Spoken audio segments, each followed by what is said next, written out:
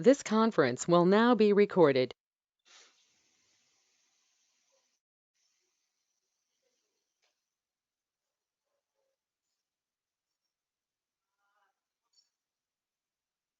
Who is this waiting for name first person just now connected?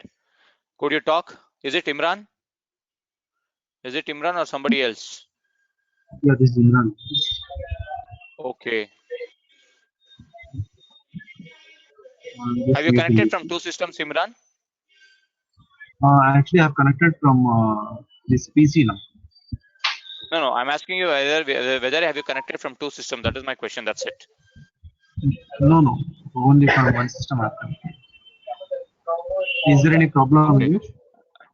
No, nothing. Like one more person who has joined by waiting for name. So let me dismiss her. If you're not talking, I'm going to Okay. dismiss. Fine. Okay. Okay, fine. Let us continue with today's session.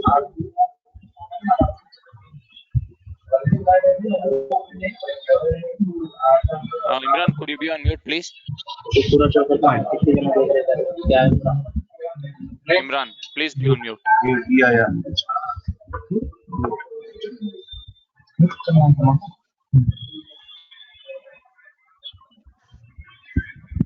Imran, could you be on mute, please? Just a second.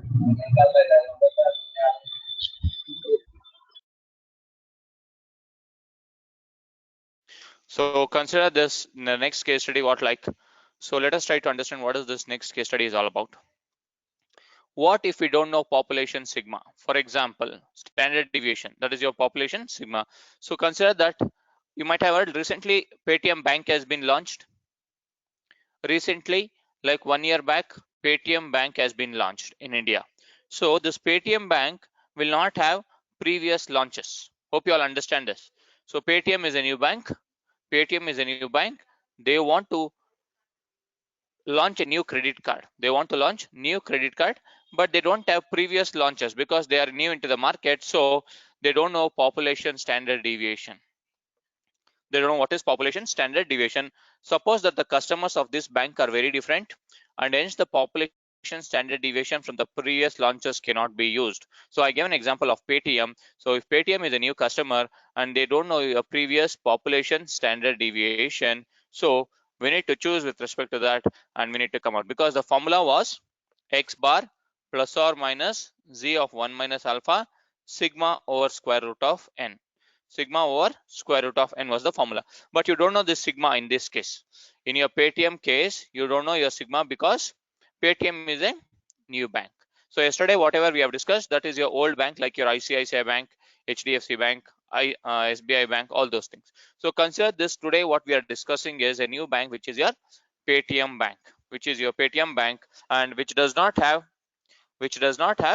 previous population standard deviation. So in order to overcome this sigma needs to be replaced with respect to small s. Small s is nothing but a standard deviation of the sample. Small s is nothing but standard deviation of the sample. So it is nothing but, instead of x minus mu divided by n minus 1, it is x minus x bar whole square divided by n minus 1. This is your sample standard deviation formula. Hope you remember the sample standard deviation formula.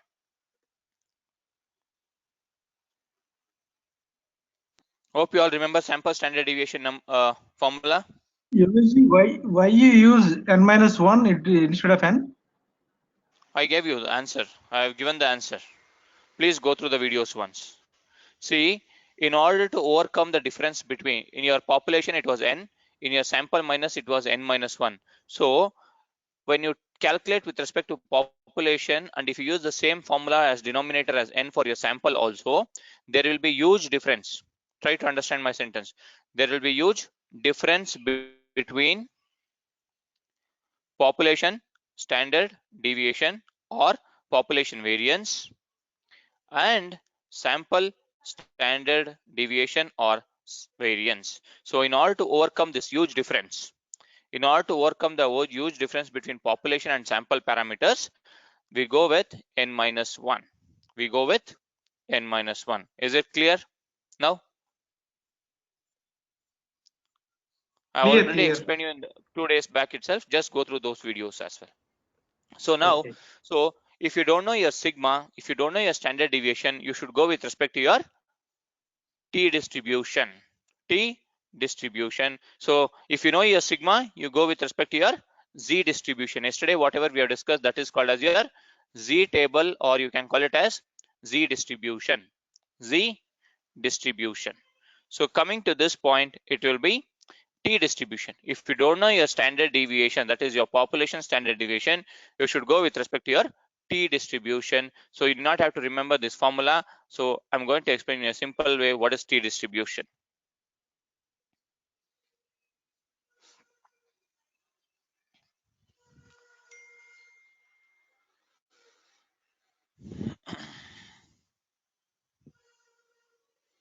So let me just, this is a formula to calculate your t distribution, x bar minus mu s divided by square root of n. So you know what is x bar? X bar is nothing but your sample mean.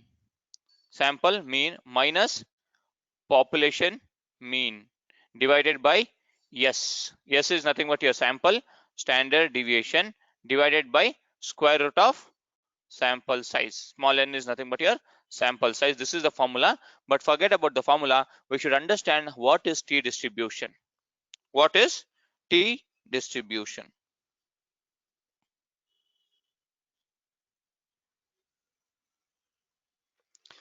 So if the underlying population is normally distributed, t is a random variable distributed according to a t distribution. So if you don't know your population standard deviation, you should go with respect to your t distribution. So this t distribution is slightly complicated with respect to your statistics itself. It is slightly complicated with respect to n minus 1 degrees of freedom. You can go through n number of books. You can go through n number of demos from each and every company. I'll tell you, nobody will explain you this t distribution with n minus 1 degrees of freedom in a easier way. How what I'm going to explain you, please give a try. So if you're having some statistics books or something, please give a try to understand this. What is n minus 1 degrees of freedom with t distribution? So what is this t n minus 1 degrees of freedom is? I'm going to explain in a layman terms. So try to understand. Don't try to search loopholes in this explanation. If you search loopholes, there are a lot of loopholes. Please don't try to search it out. So coming to n minus 1 degrees of freedom with respect to your t distribution, consider that you are an HR manager. So I'm going to write it like this. You are an HR manager. Your company has 4 open positions. 4 open positions. You want to recruit this 4 open positions with an average experience of 5 years. Are you getting my question? You are an HR manager and you want to recruit 4 employees, employee 1, employee 2, employee 3, and employee 4 with an average years of experience should be 5 years. This is the question part. So your N is how much here? Your N is how much? 1, 2, 3, 4. So you're having 4 open positions. Lahari, it is 4. It is 4. How many open positions we have? Number of employees, number of data points. Number of data points. This is your mean. This is just a mean, right? Average means it is your mean. So now my question is, first person comes for an interview. First person comes for an interview. His name is Debanshu. His name is Debanshu. He is having 8 years of experience, for example. Can I select him? I want you all to answer this.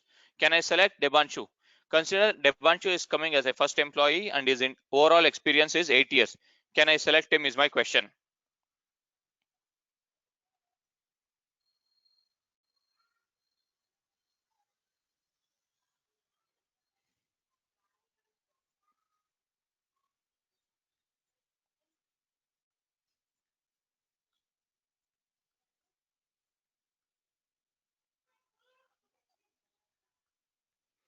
Yes or no? Everyone to please respond. Ranjini says yes, Lahari says yes, Neha says, Bharat says no. Bharat, why no? Yogesh, Bharat, why no? Yes. the variance should be less, right? When you are looking No into problem. the See, employee. forget about all those things. Forget about all those things. Now, just my question is, you are a recruiter.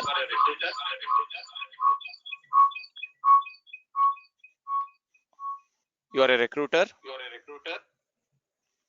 First person is Debanshu, who is coming for interview. He is having 8 years of experience. Will you select him or not? All the employees' average experience should be 5 years. That is my question. That's it. Yeah, we can select him. Okay, fine.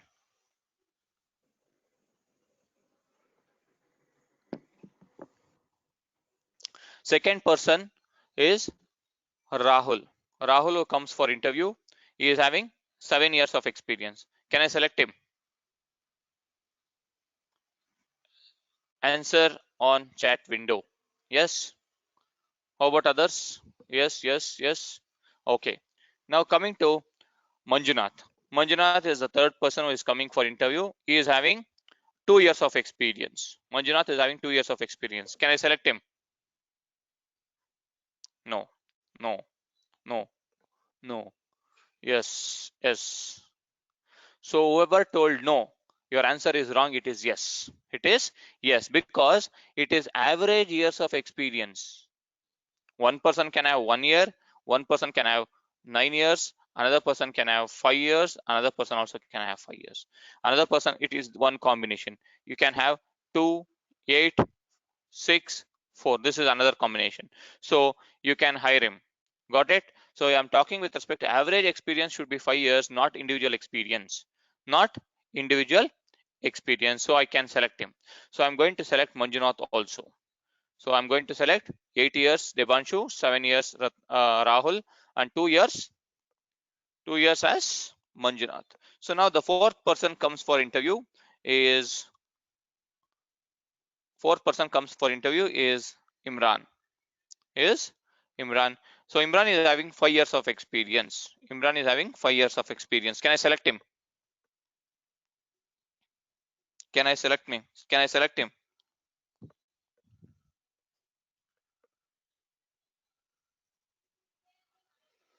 Yes. Satish says yes. How about others? Okay. Ranjini says no. How about others? How about others? Bharat says Lahari, Mega, Imran, Ratnesh. See, my question is simple. Fourth person is Imran coming for interview. He is having 5 years of experience. Will you select him or not? That is my question. I don't want any explanation apart from this.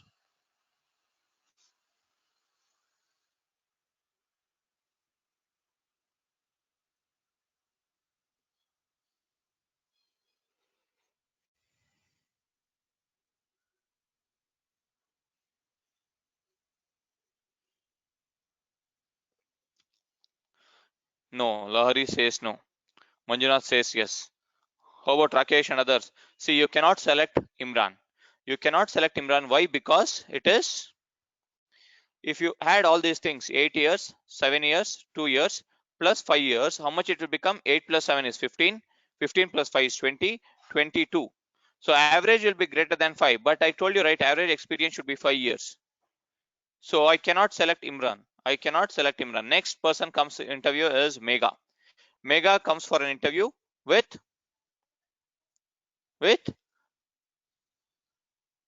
2 years experience. Can I select Mega? Can I select Mega is my question. Fourth person comes for an interview. Imran is rejected and Mega comes to that position, and Mega is having only 2 years of experience. Can I select him? Please think and answer. Don't blindly say yes or no. Just try to understand the concept. You cannot select, because if you select Mega, 8 plus 7 plus 2, it becomes 17 plus 2 again 19. So 19 divided by 4, again it will not reach 5. It will become 4 point something. It will become 4 point something. You cannot select. So now consider that Lahari is coming for an interview. She is having 3 years of experience. Can I select Lahari? Yes. Yes. So 8, 7, 2 plus 3, it is what? 20 years. 20 divided by 4 is nothing but 5. Average years of experience is 5 is met. So what does this indicate is, if you are having n numbers, until and unless n minus 1th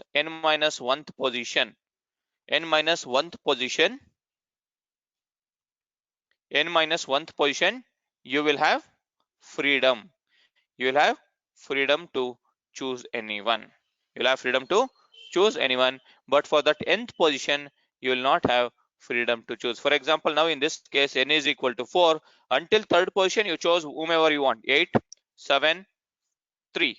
But for the last position, Imran you rejected, Megha you rejected, only you fitted with respect to Lahari, because until n minus 1 is nothing but 4 minus 1. Until 3 positions you didn't had any problem, you chose whomever you want. But for the last position, you had a constraint called as n minus 1 degrees of freedom. So this is called as your degrees of freedom. Is it clear for everyone? It is a simple adjustment, so you should understand in a simple layman terms. If you try to ask me a question like this, suppose first person comes an interview, that is Ram, he is having 20 years of experience. What shall I do? 0, 0, 0. You cannot choose anyone. This becomes n minus 3. If this is one case. Second case, I'm going to write like this. Second case is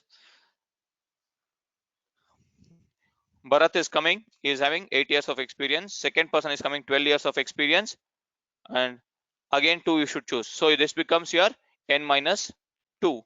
So don't try to choose don't try to show your smartness in order to identify the loopholes with respect to your t distribution. So this is one of the simple example I can give you with respect to n minus 1 degrees of freedom. So try to understand this. Degrees of freedom is nothing but with respect to your t distribution. T distribution is also similar to your normal distribution only, but if you don't know population standard deviation, then only you go for t distribution. This t distribution is also called as students t distribution.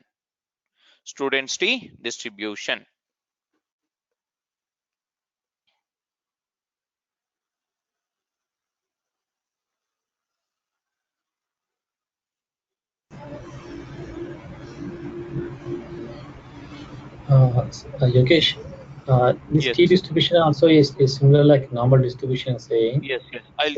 So do we require to do again standardize this one? Standardize this one in the sense? Because we are doing this. Standardization. See, that is what you are doing here. There you are using with respect to z-score, right? Z-score. Yeah. Here you will be using t-score. Here the formula slightly changes. The formula yesterday what we discussed is, this one was the formula, sigma over square root of n. Today we are not going to use this z-score. In this way, we are going to use your t-score. Here in this place, we are going to use t formula. So we'll try to discuss that in next coming slides. So did you all understand what is n minus 1 degrees of freedom?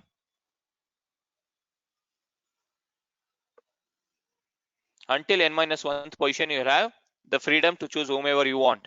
But for the last position, you will never have the freedom. That is called as your n minus 1 degrees of freedom. So now coming to this point.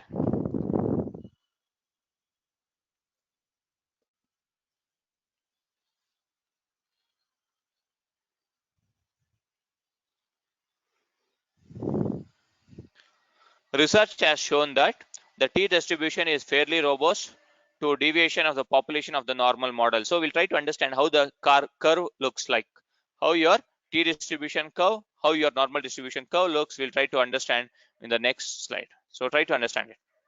So this is your student's t distribution curve.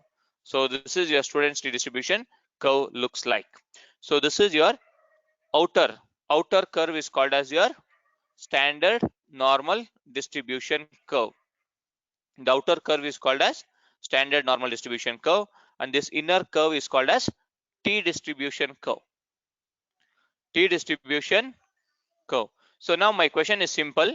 If degrees of freedom is equal to 1, what will be your n value? What will be your n value? N is equal to question mark.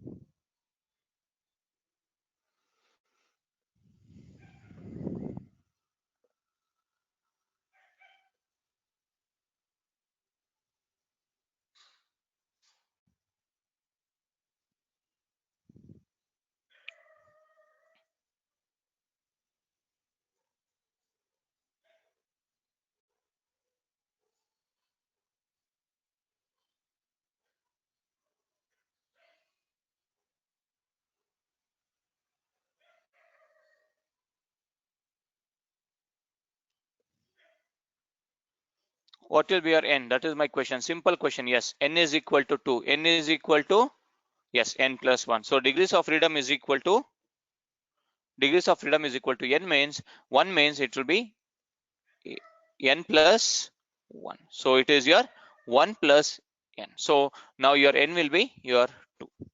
N will be your 2. 1 plus 1. This becomes your 2. So now if you see your degrees of freedom is equal to 1 and n is equal to 2, your standard normal distribution and your t distribution curve has lot of gap, is having huge difference. But when you keep on increasing your students t distribution,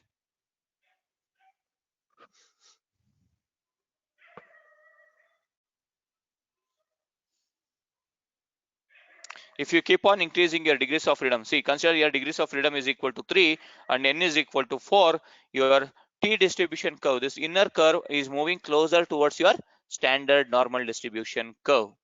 And you can see this again, df is equal to 10 and your n is equal to 11. So if n is equal to 11 and degrees of freedom is equal to 10, I'm going to get more closer towards your standard normal distribution.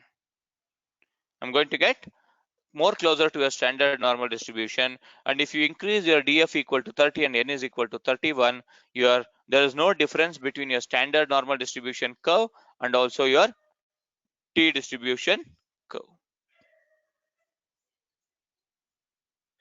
T distribution curve. So what does this indicate here? Read this. As the degrees of freedom increase, the t distribution curve approaches the standard normal distribution curve. What does this mean? Once again, I'm going to explain you. Please try to understand. So this inner curve is called as your t distribution curve, and this outer curve is called as your standard normal distribution curve. Standard normal distribution curve. What does this indicate is, if your t distribution and standard normal distribution is having huge difference, means your t distribution is not following standard normal distribution. In this case, what it does is, you will try to increase your n value from n is equal to 2, you'll increase it to n is equal to 4. If you keep on increasing your n, your degrees of freedom also will automatically increase.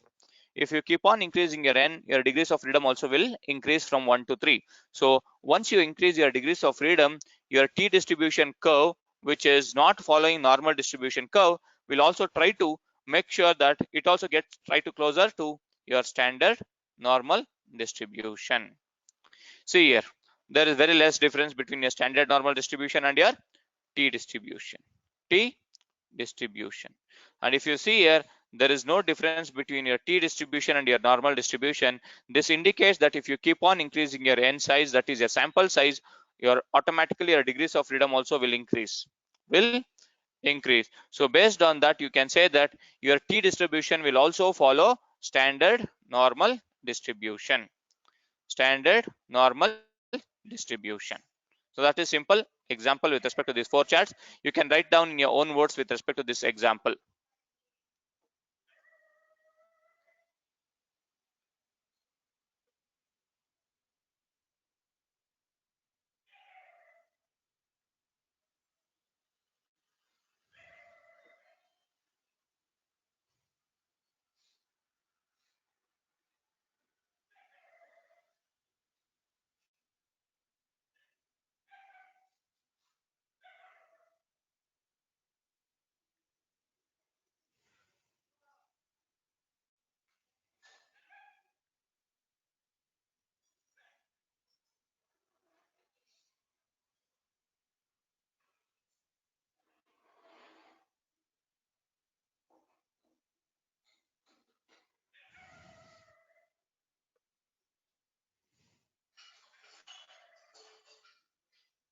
Write down the notes.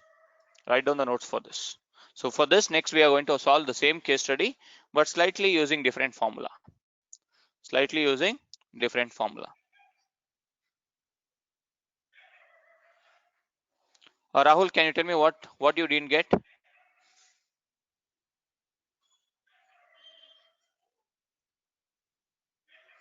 Rahul, are you there? See, okay, fine. You did not get how to calculate your n. So if your degrees of freedom is given, so what is formula for degrees of freedom? Degrees of freedom is what? It is nothing but n minus 1. N minus 1. If n is 4, if n is 4, 4 minus 1 is 3. Obviously, if 3 is your degrees of freedom, what will be your n? 3 plus 1. You should add 1 to your degrees of freedom. 1 plus 1 is 2. 3 plus 1 is 4. 10 plus 1 is 11. So 11 is your n, means n minus 1 is how much? 10. 10 is nothing but your degrees of freedom. Is it clear now, Rahul? You should use common sense while calculating this. So that's the reason I told you should understand.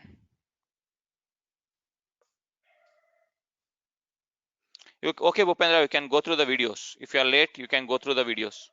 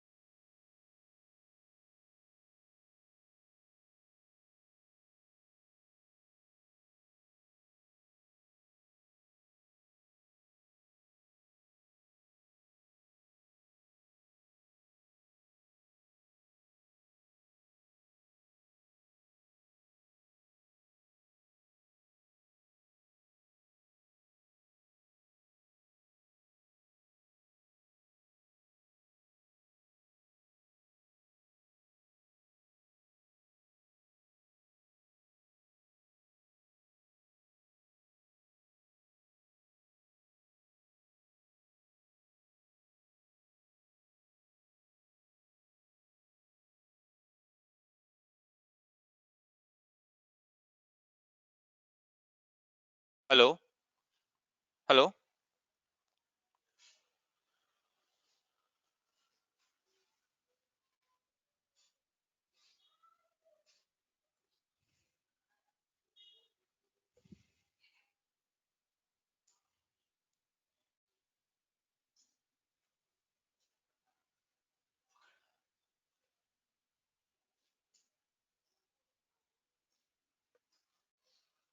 Am I audible now? Yeah, yes. Okay. So now, so Bhupendra, please concentrate. If your degrees of freedom is equal to 1 is given, it is, if you want to calculate, n is equal to degrees of freedom plus 1. So now n is equal to degrees of freedom is what? 1. 1 plus 1 is how much? N is equal to 2. So if your degrees of freedom is equal to 30, n is equal to degrees of freedom plus 1. So it indicates that n is equal to 31. 30 plus 1 is 31. Suppose if degrees of freedom is not given, if they directly give you n value as 30, so degrees of freedom is nothing but 30 minus 1. 30 minus 1 is equal to 29.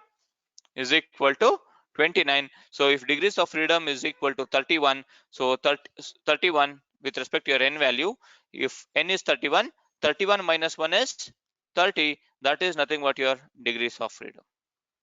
Clear, Bhupendra? Please go through the video once again, Bhupendra. Because you have joined late, I was explaining the previous slide. So that is the reason you'll not be able to follow.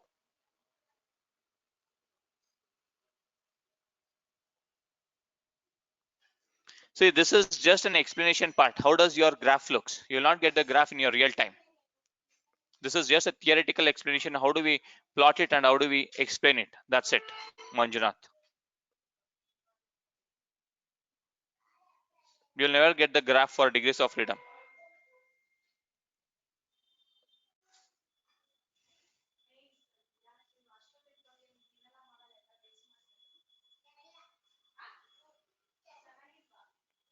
Please write down the notes for this. See, if I am giving 2 minutes break, it doesn't mean that you should waste your time. Please write down this notes. Students T distribution means what? So next we'll be having a calculation on this.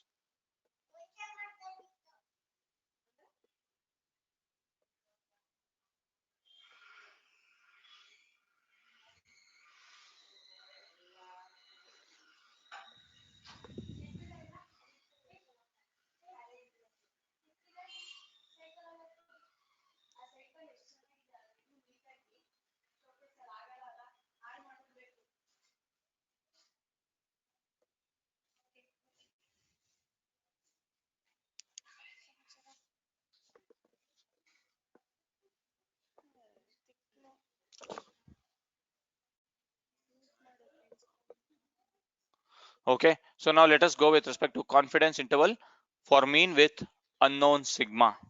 Unknown sigma is nothing but, if you don't know your sigma,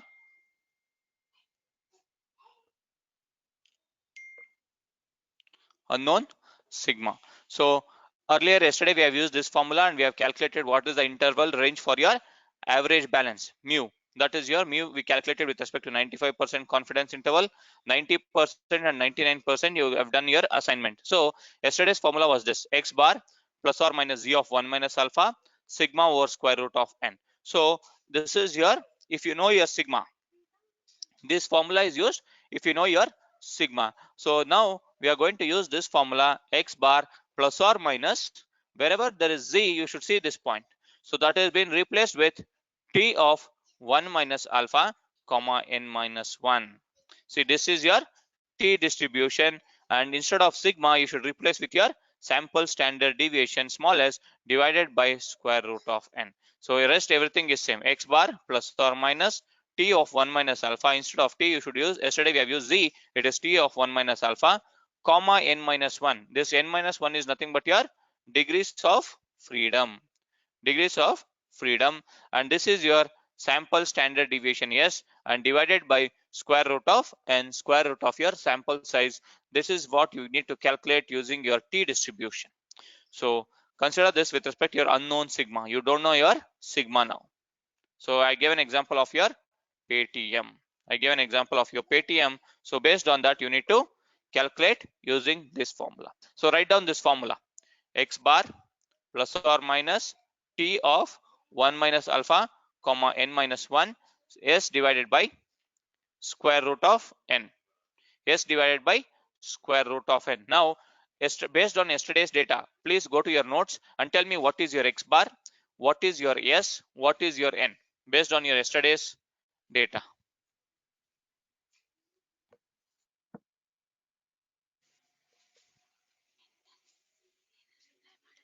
X bar 1650. X bar is how much? 1650.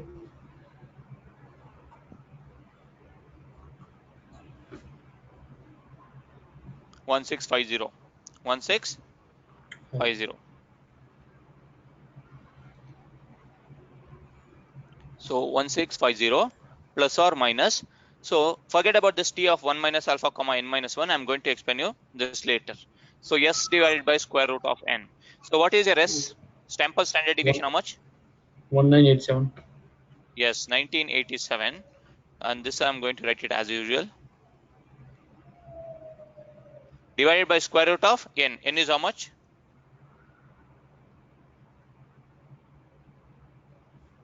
200. Yes, it is your 200. So please remember that everyone have to answer. It is not only for one person. I want everyone to just remind yesterday's case study.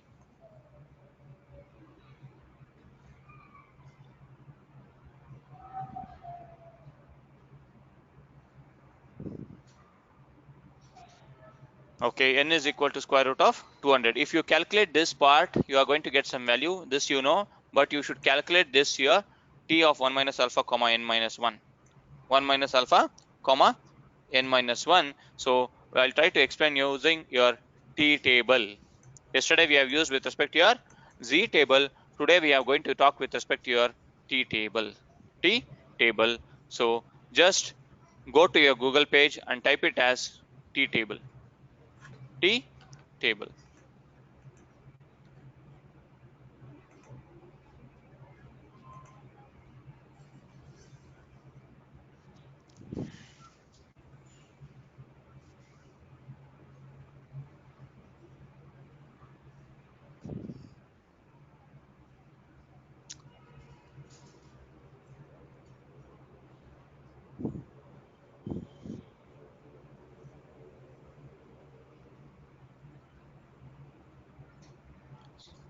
Type it as T table. If you want to see the value with respect to your T table, type it as T table. So T was with respect to like this.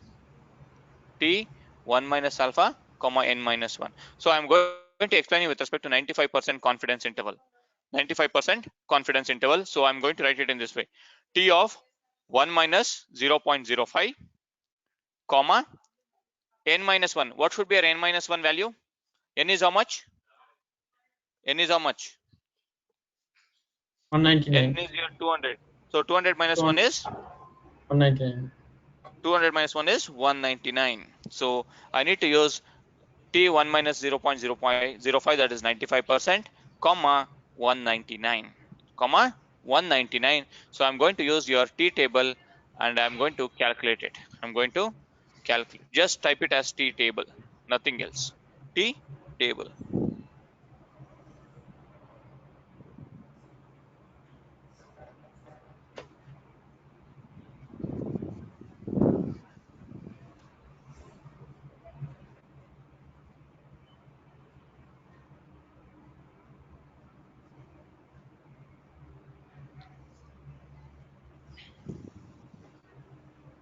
So go to this first link called as T table. Don't go with respect to images. Also you can go, but use this T table PDF format. T table PDF format.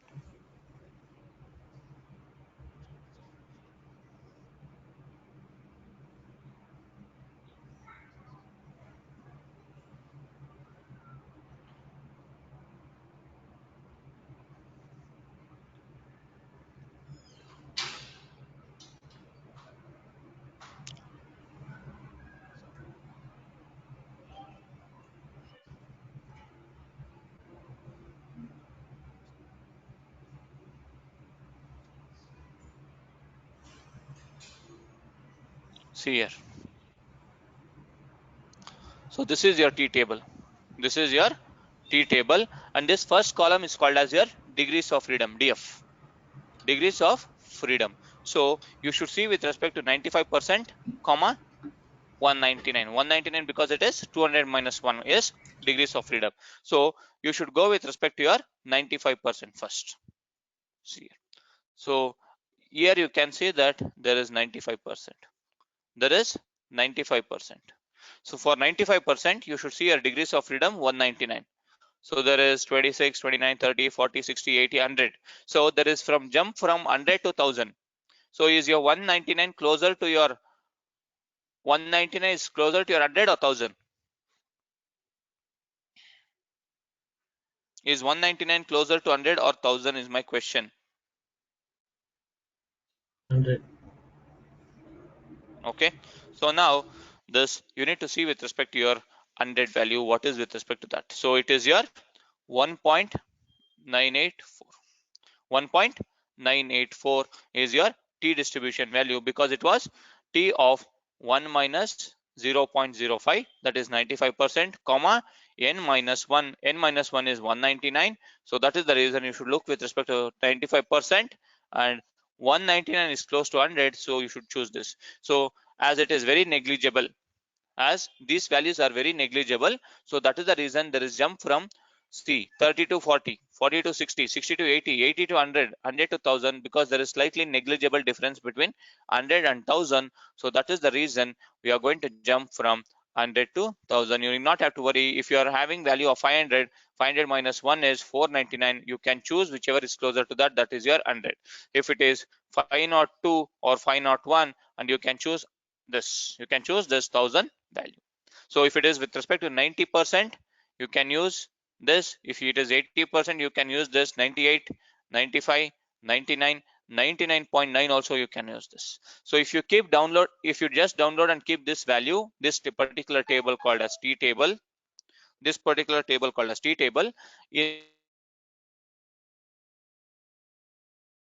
in this table only you are going to get your z-score also. See here, and yesterday we have discussed it is 1.96.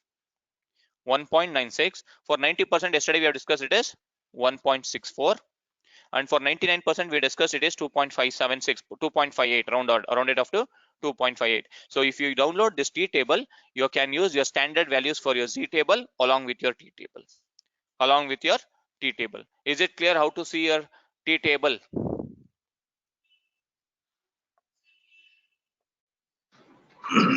Yogesh, please explain once.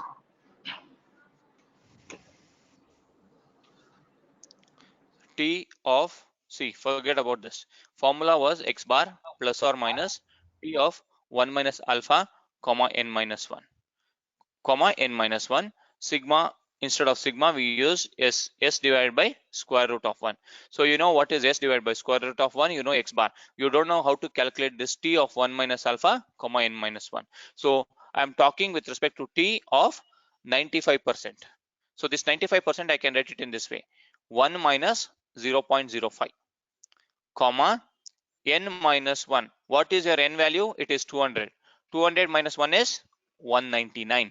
So this is your 95% confidence interval, and this is your n minus 1 is 199. So with respect to this table, you should see your 95% confidence interval, and you should see your n minus 1 degrees of freedom in this column. It is your 199 is close to 100. You should see this value. 1.984 is your T of 1 minus alpha comma n minus 1 value. Is it clear now?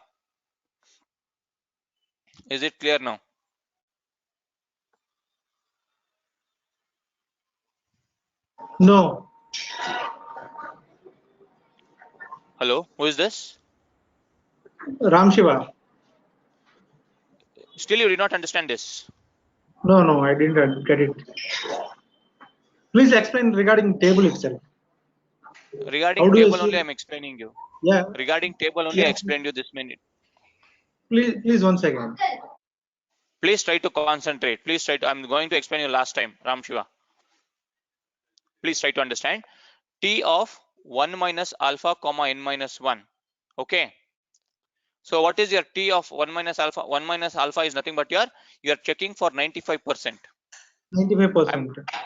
I'm taking it as default as 95%. You can change it accordingly 90% also. Whatever you want, you can change.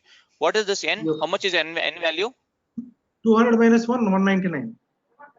200 minus 1, 199. So you should check it with respect to that. So that 199 is nothing but your degrees of freedom. So this particular first column is called as your degrees of freedom. You should be choosing 199. You should choose 199 in this column. So there is no value for 199. As 199 is close to 100, I'm going to choose that row.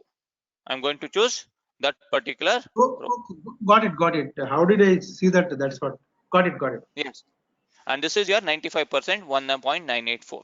If you are seeing 90%, it is 1.660. If you are seeing 99%, it is 2.626. Clear now?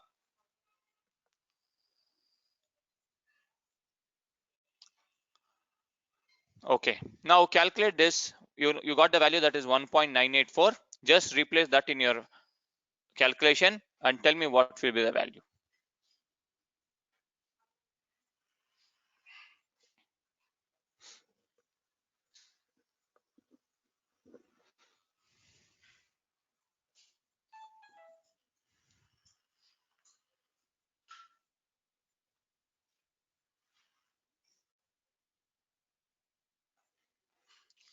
See here.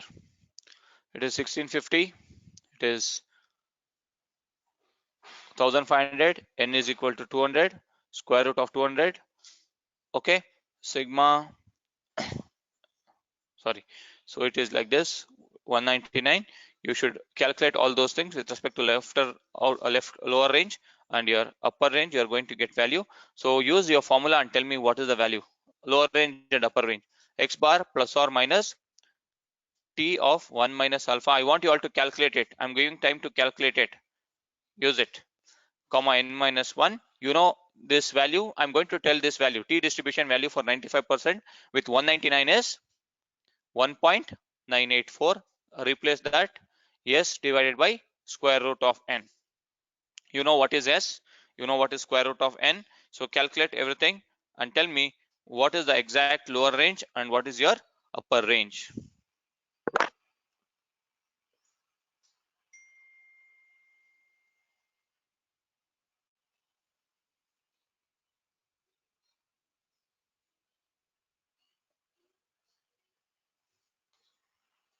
Only one person. Whenever I ask you questions, Mega, please ping me on private chat. Under your chat, you can select to everyone or to me. You can select my name and you can just ping me.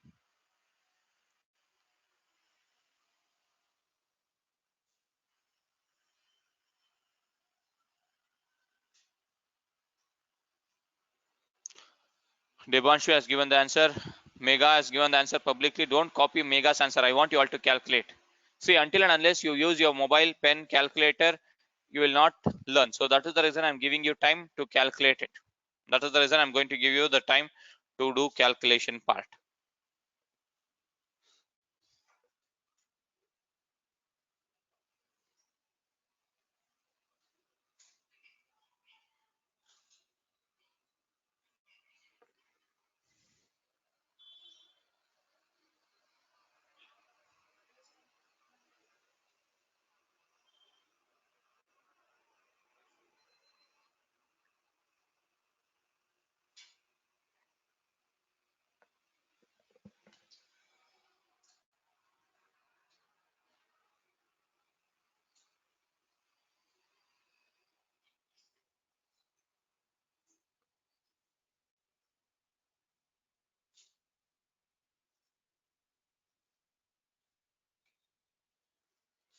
Is it done? Is it done? Okay, fine. So let me just okay, fine. Okay, fine. Ram, you are giving upper range first and lower range. Fine. Fine. How about others? Bharat, Lahari, Imran. Please calculate. Until and unless you make your hands dirty, you will never learn to calculate. It might look silly, like 1987 divided by square root of 200. How many times he will ask you? But you will not remember now, you will remember at the time of interview. Because most of them, what we do is, we'll try to forget what is your mean, median, mode only. When we go for interview, you will think that this is silly question, anybody can answer, but you will not remember this. That is the reason I'm asking you to calculate.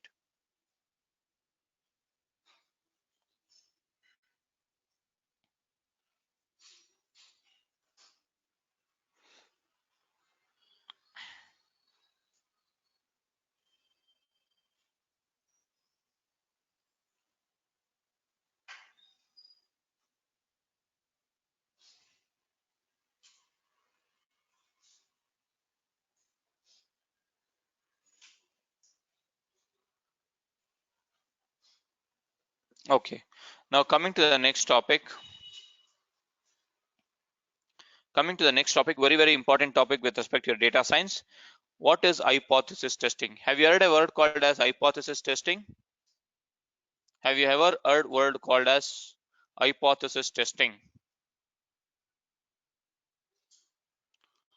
And I'm not going to make it as so complicated in this. So I'm just going to give you a brief idea about what is hypothesis testing today, and we'll try to continue in the next class in depth of what is hypothesis testing.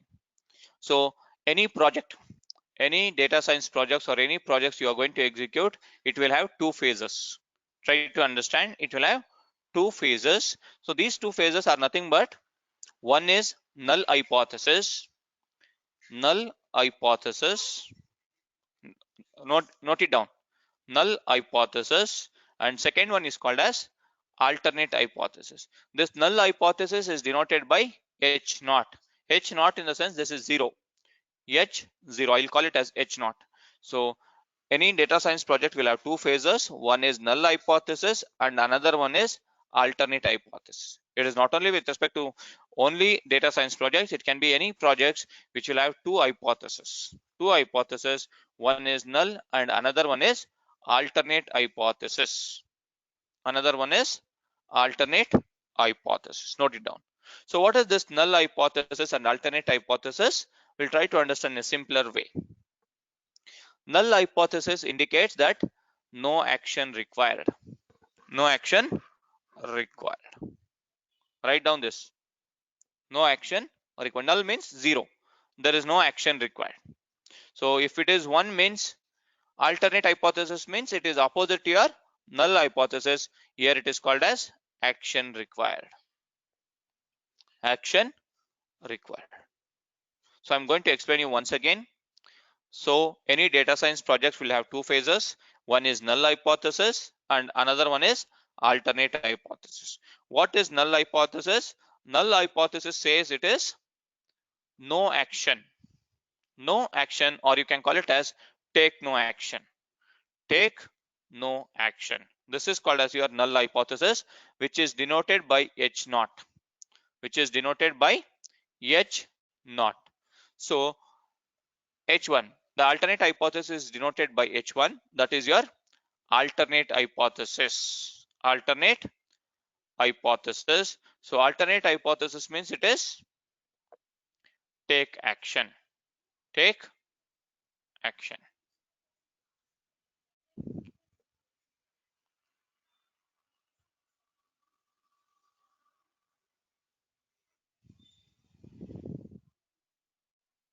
Write it down. Null and alternate. Null means it is take action. Sorry, no, don't take action. Alternate means take action. Write down this.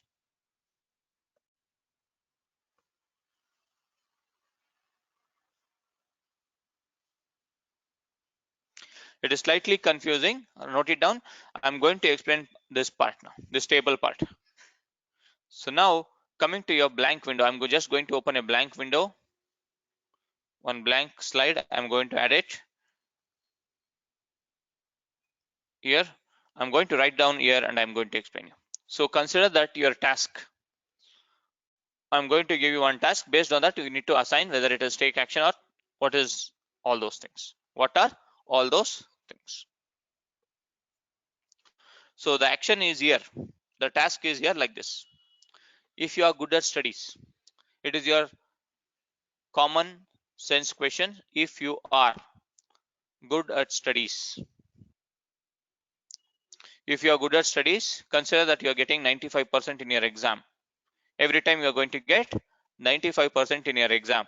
Do you need to go for tuition? Yes or no? Do you need to go for tuition? Yes or no? No. No. No. No. Yes, if you are good in studies, you need not have to go for tuition. That is your here. The task is, None. if you are good at studies, it is your. So what is your action here is take action. That is your take tuition or don't take tuition. Don't take tuition.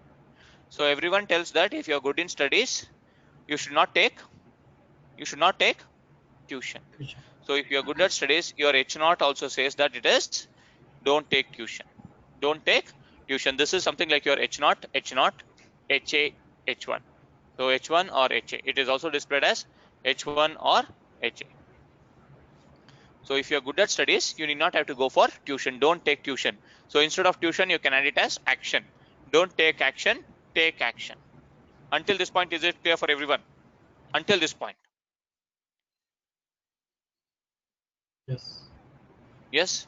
So now coming to the next point, if you are good at studies, if you are not going for tuition, it is correct decision. It is correct decision. Even though you are getting 95% in exam, and even though if you go for tuition, is it good decision or wrong decision? Is it a correct decision or wrong decision is my question. Wrong decision. Wrong decision, because you're already getting 95%. Then also if you're going to tuition, it means that it is your wrong decision. Wrong decision. This is first scenario. Second scenario, I'm going to write for this below table. So consider that you are getting, if you are not good at studies, not good at studies, and you are getting 35% in your exam, do you need to go for tuition or not? Yes. Yes, Yes. you need to go for tuition, but you don't want to go for tuition.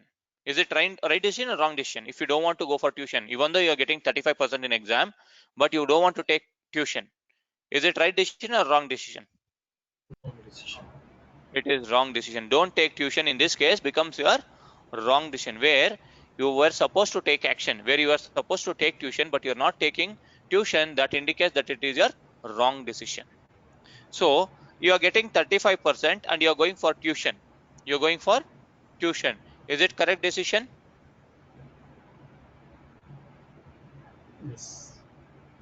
Yes, it is your correct decision. So this diagonal says that it is correct decision, and this diagonal, these two are nothing but your opposite to this diagonal. These two are wrong decisions. See here, I've written it as H0, H0, H0, H0 is correct, H0, H0, and H0, HA is wrong decision. And here you can see HA, H0 is wrong decision, HA, HA is correct decision. It is simple like this. In simple words, I can write it in this way. No, no, yes, yes. No, no, correct decision. No, yes, wrong decision. Yes, no, wrong decision. Why, correct decision. So here it is H0, H0, HA, HA. HA stands for your alternate hypothesis. Alternate hypothesis. So now coming to your one more example, I'm going to give you. One more example, I am going to give you simple examples, whatever I gave you, similar to that. So you know judge, right? Court judges. So these judges are trained in such a way that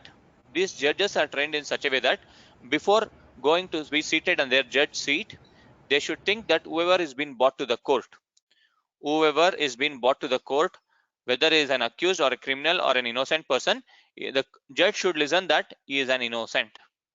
The judge should start thinking that he is an innocent. Even though he is an hardcore criminal, your judge should think that he is a innocent guy and he should start his judgment. So similar to that, so let me take an example of that case study. H0, HA, this is your H0 and this is your HA. HA. Now my question is like this. An accused is brought to the court. And this accused is innocent.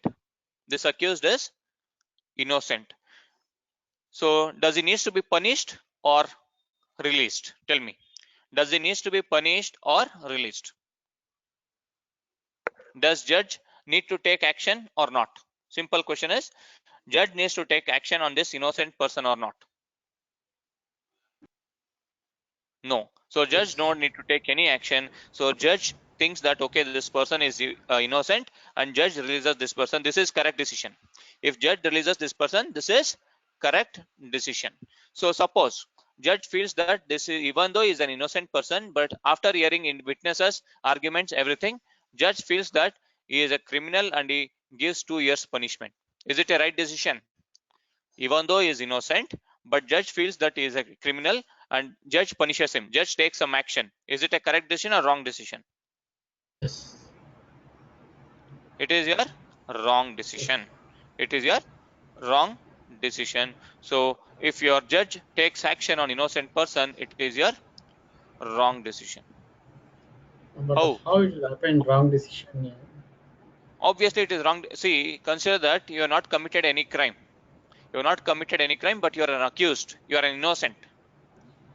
But judge feels that you have committed the crime and judge punishes you. Isn't it a wrong decision or right decision?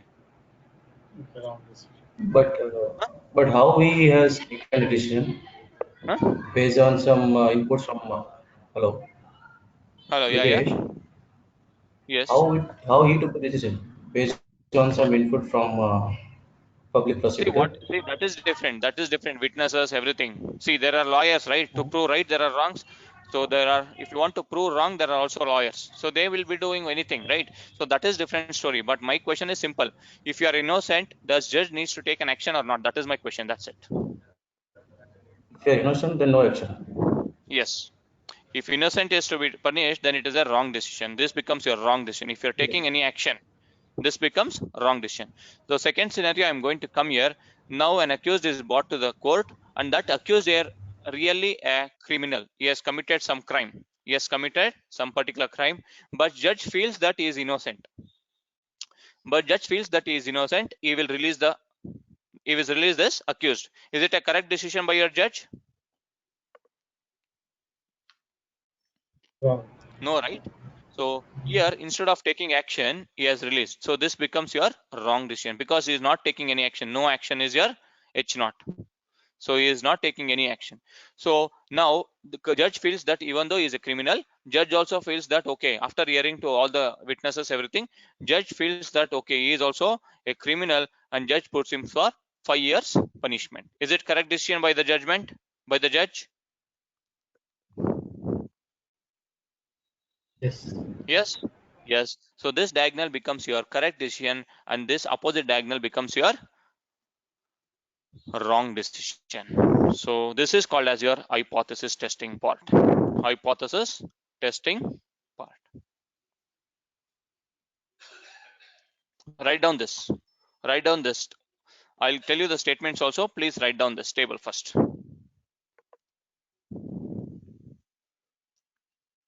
So second question is simple, Bhupendra. Consider that you have committed a crime. Bhupendra has only committed the crime.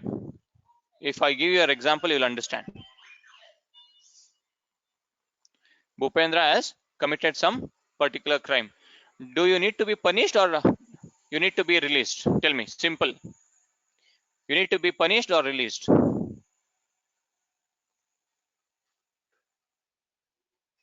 Bhupendra, please talk. If committed crime, See, this is if how committed real-time crime, then it should be information. punished.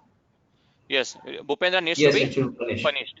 Yes, here it is Punished. HA. But your judge feels that because judge Bhupendra is judge's relative, so judge releases him. So is it a wrong decision by the judge? Yes. Yes. So in this case, it becomes your wrong decision. Wrong decision. So this is how your hypothesis testing works. So Ratnesh, don't worry, I'm going to give you more examples with respect to real time in the case studies. First, understand what is your basics of hypothesis study. Hypothesis. If I directly jump into hypothesis case study by using case studies, you will never understand what is null, what is alternate.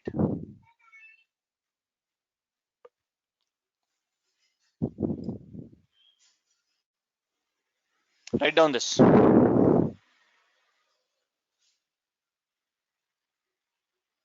Write down this table. See here, instead of writing it as H naught, we are writing it as accept null hypothesis, means it is your H naught, and reject null hypothesis means it is HA.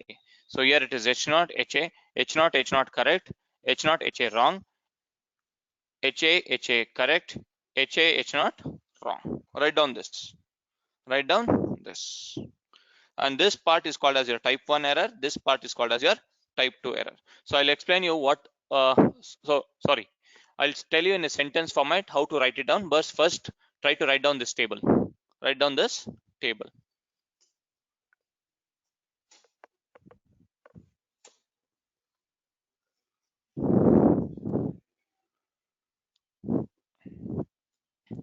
I'll give you 2 minutes of time. Please complete this table ASAP.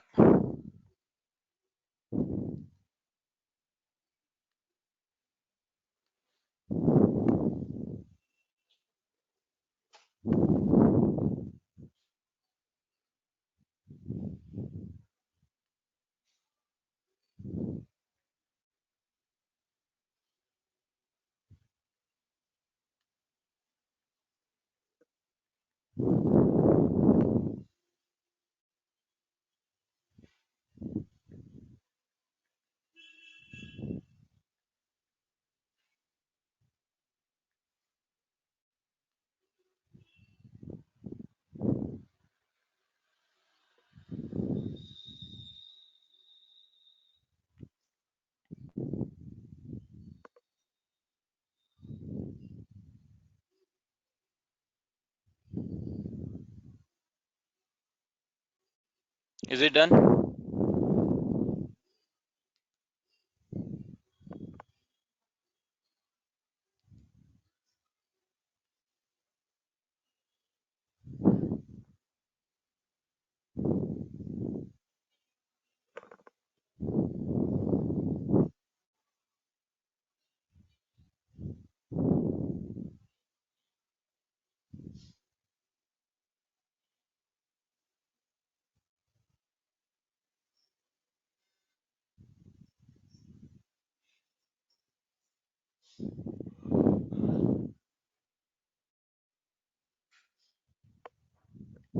Okay, so now I'm going to get what is type 1 error and what is type 2 error. So simple words to write it as type 1 error. So type 1 error,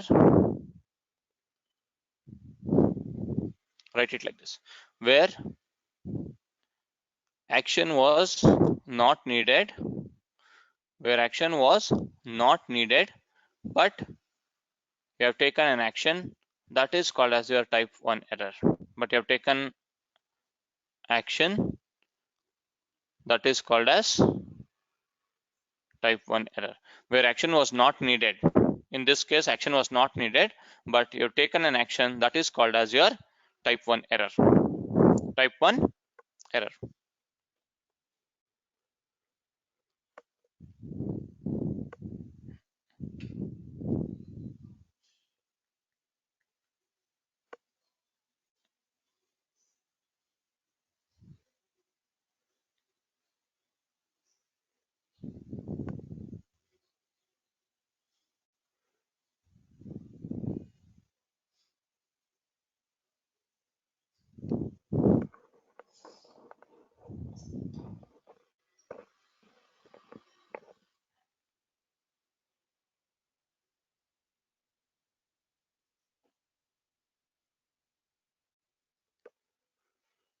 So where action was not needed, but you have taken some action, that is called as your type 1 error.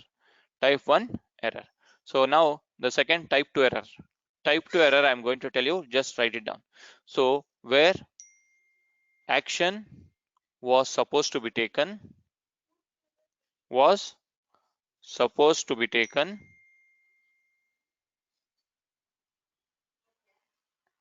where action was supposed to be taken, but you are not taking any action.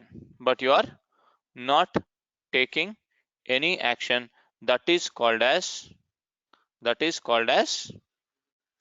type 2 error. That is called as type 2 error.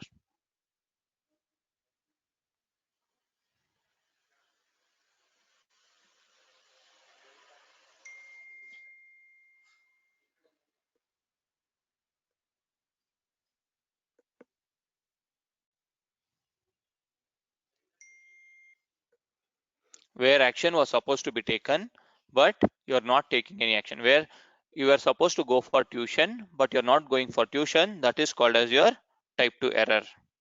Type 2.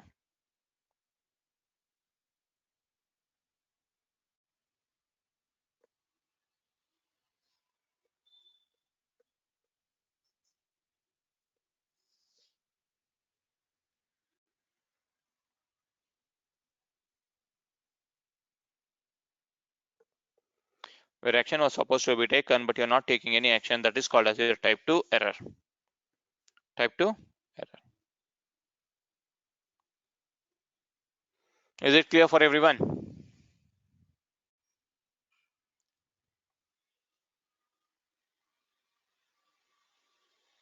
Okay, so we'll stop at this point. Probably, I think I need to check it out whether with respect to hypothesis testing is any assignments or not. If not, tomorrow you'll be getting your assignments on your mail IDs. Please check it out, and also make sure that you complete your assignments. So I think I need to showcase in your R and Python first before doing your assignments. So wait for another 2 days. Because if I just send you the assignments again, it will be waste, because I want you all to show how to calculate your probability distribution using your R. Skewness, kurtoses using your R Python. what is mean, median, mode. I think did we complete all those things? Yeah, we did actually. Mean mode. We did not complete our probability distribution, I guess. Normal distribution we haven't done in the Python, but we done in Yes, the yes. R. Okay, fine. So no worries. I'll complete Monday and I'll send you the assignments then. I will send you the assignments. Make sure that whatever is done, you can complete those and you can keep it ready. And once you complete everything, you can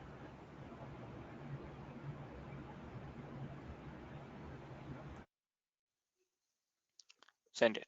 So tomorrow there will be no class and it will be again from Monday. Again from Monday, same. If there is any change in the link, I'm going to update you prior. So make sure that you check your WhatsApp. Make sure that you check your WhatsApp at least before class once. I don't think so you'll be having any problem for next 1 week, probably. So I'm just giving an hint, that's it.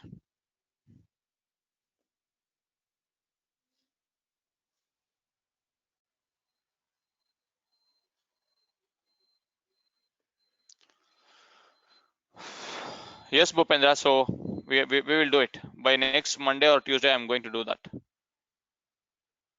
Okay, fine, Lahari. I'm going to send link through email as well.